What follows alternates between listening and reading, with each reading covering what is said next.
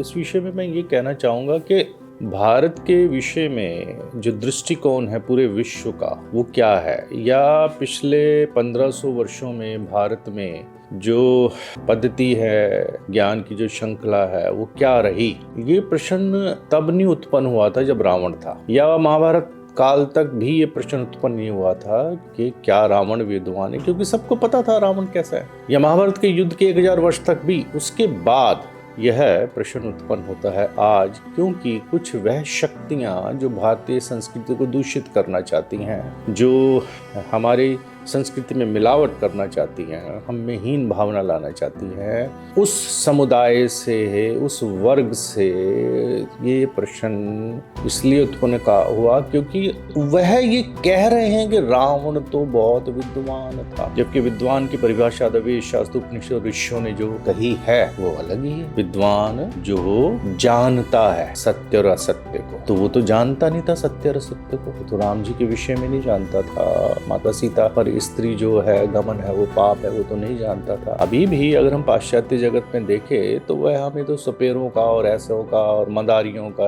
देश ही बोलते थे कि भारत तो ऐसे ही है, थर्ड वर्ल्ड कंट्री मानते हैं। पर मैं एक चीज जरूर कहना चाहूंगा कि पिछले 700-800 वर्षों में मेरी चिंता का जो विषय है वो ये है, ये तो मैं जवाब दूंगा अभी रावण विद्वान था या नहीं था, लेकिन मैंने जो बोला उससे थोड़ा समझ भी आया होगा कि मेरी चिंता का विषय ये है कि पिछले 700, 800, 900 वर्षों में जो भारत में हो रहा है हर क्षेत्र में, अगर हम सांस्कृतिक क्षेत्र में देखें, धार्मिक क्षेत्र में देखें, दूसरे क्षेत्रों में देखें, कृषि के क्षेत्र में देखें, तो बदलाव है। तो जो हुआ है और वह अज्ञान जो भारत में व्याप्त हो गया है, उसके कारण जो लोग अज्ञान को नमन कर रहे हैं, इससे आने वाला भारत कैसा होगा, ये मेरी चिंता का विषय है। तो ये जो प्रश्न जो उत्पन्न हुआ है इसलिए उत्पन्न हुआ है कि पिछले 1500 वर्षों में क्या भारत में इतनी विद्वता नहीं थी कि ये प्रश्न ही ना हो। किसी मैथ की क्लास में ये प्रश्न उत्पन्न हो सकता है कि 1 + 1 2 होता है कि 4 होता है। अगर मैथ की क्लास में कोई ये बोले कि भाई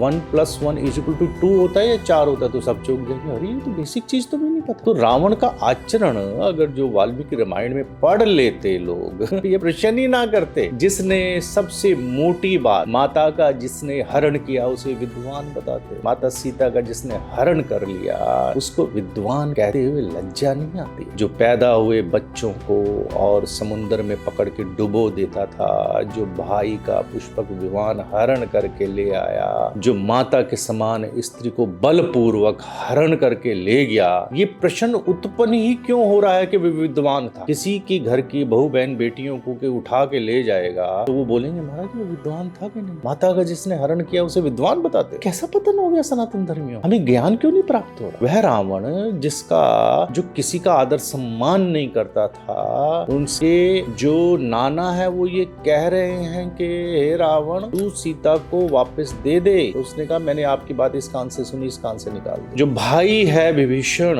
उसको क्योंकि वो अच्छी प्रवृत्ति का है उसको लात मार के निकाल दिया, वो विद्वान कहां से हो सकता है। हनुमान जब लंका में गए हैं और उन्होंने यह देखा कि रावण ने राजसी पलंग पे सोया हुआ है और अनगिनत स्त्रियां उसके साथ, वस्त्र नहीं उसने पहने हुए, स्त्रियों ने भी पहने हुए, और मदिरा पान करके ऐसे सोया। ये धर्म के लक्षण है, विद्वानों के लक्षण। ये प्रश्न क्यों उत्पन्न होता है, मुझे बड़ा दुख होता है और एक रोष भी उत्पन्न होता है। प्रश्न नहीं होना चाहिए, ये हमारे पतन का प्रतीक है। हम ये कहें कि रावण विद्वान था, हमें शिक्षा नहीं दी जा रही है। आप समझें, ये हमारी संस्कृति को नीचा दिखाने के लिए ये प्रश्न किया जा रहा है। माता का जिसने हरण, उसे हम विद्वान कैसे कह सकते? नहीं कह सकते हम उसे विद्वान। उसके जितने भी कर्म हैं वो तो बहुत हीन है। ऋषि यज्ञ करते थे, उस यज्ञ में रक्त इत्यादि पशु फेंक देना ये विद्वानों का कार्य है, यज्ञ ना होने देना। विश्वामित्र उसके कर्मों से दुखी होके तो दशरथ के पास गए और ये बोला कि मुझे राम को दे दो। और क्यों? क्योंकि हमें असुर बहुत परेशान करते हैं, हमें यज्ञ नहीं करने देते।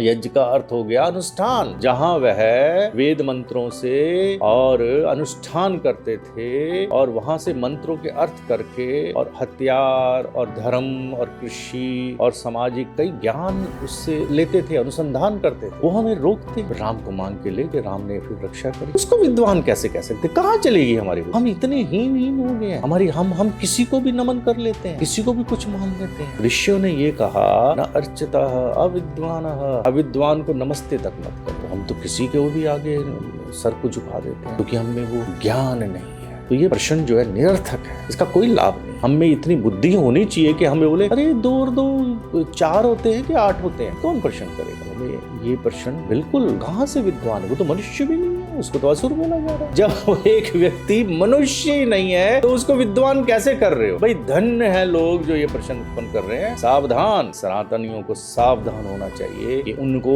लज्जित करने के लिए ये कहा जा रहा है रावण तो बहुत विद्वान था, रावण तो बहुत विद्वान था। वो वैदिक काल था, वेद तो सब पढ़ते थे। हनुमान ने यही तो देखा कि वो मंद्रा पान करके सोया हुआ है और 108 ब्राह्मण आए हैं, वेद मंत्र बोले जा रहे हैं और वो उठ रहा है। तो वेद मंत्रों को सुन के उठता था क्योंकि वेद मंत्रों की ध्वनियां लाभ देती हैं। अभी मुझे किसी ने बताया था कि ये जो विश्व सुंदरी प्रतियोगिता होती है वहां स्त्रियों को और वेद मंत्र बुलाए जाते। बताओ, क्योंकि उस वेद मंत्र जो बोलते हैं उनसे एक और आता है, निसंदेह आता है। तो ये प्रश्न हमारी अज्ञानता का प्रतीक है। रावण विद्वान था कि नहीं था, ये हमारी अज्ञानता का प्रतीक है। हमें ज्ञानवान होना है। और राम ने माता सीता को धोबी के कहने पे वनवास दे दिया। क्यों नहीं हम समझते? एक श्रृंखला ये होगी रावण विद्वान था नहीं, दूसरा ये हो गया कि श्री राम ने और धोबी के कहने पे माता सीता। ये सनातन धर्म को नीचा कहाँ प्रमाण है, कहाँ लिखा है? ना मानस में लिखा है, ना वाल्मीकि रामायण में लिखा है कि धोबी के कहने पे आके और उन्होंने, अगर ऐसी कोई व्यवस्था थी तो मेरा ये दृढ़ निश्चय है कि राम भी और माता सीता के साथ वनों में चले जाते, क्योंकि माता सीता भी श्री राम के साथ वनों में गई थी। तो क्या अकेले जाने देते? वो भी राज्य का था। तो क्या राम तब लोभी हो गए थे सत्ता के? नहीं नहीं नहीं, ऐसा नहीं है। इसका कोई प्रमाण नहीं है कि इक्ष्वाकु वंश के वह महान पुरुष उन्होंने अपनी स्त्री को और बोला कि वनों में जा। इसी श्रृंखला में ये है कि क्या रावण विद्वान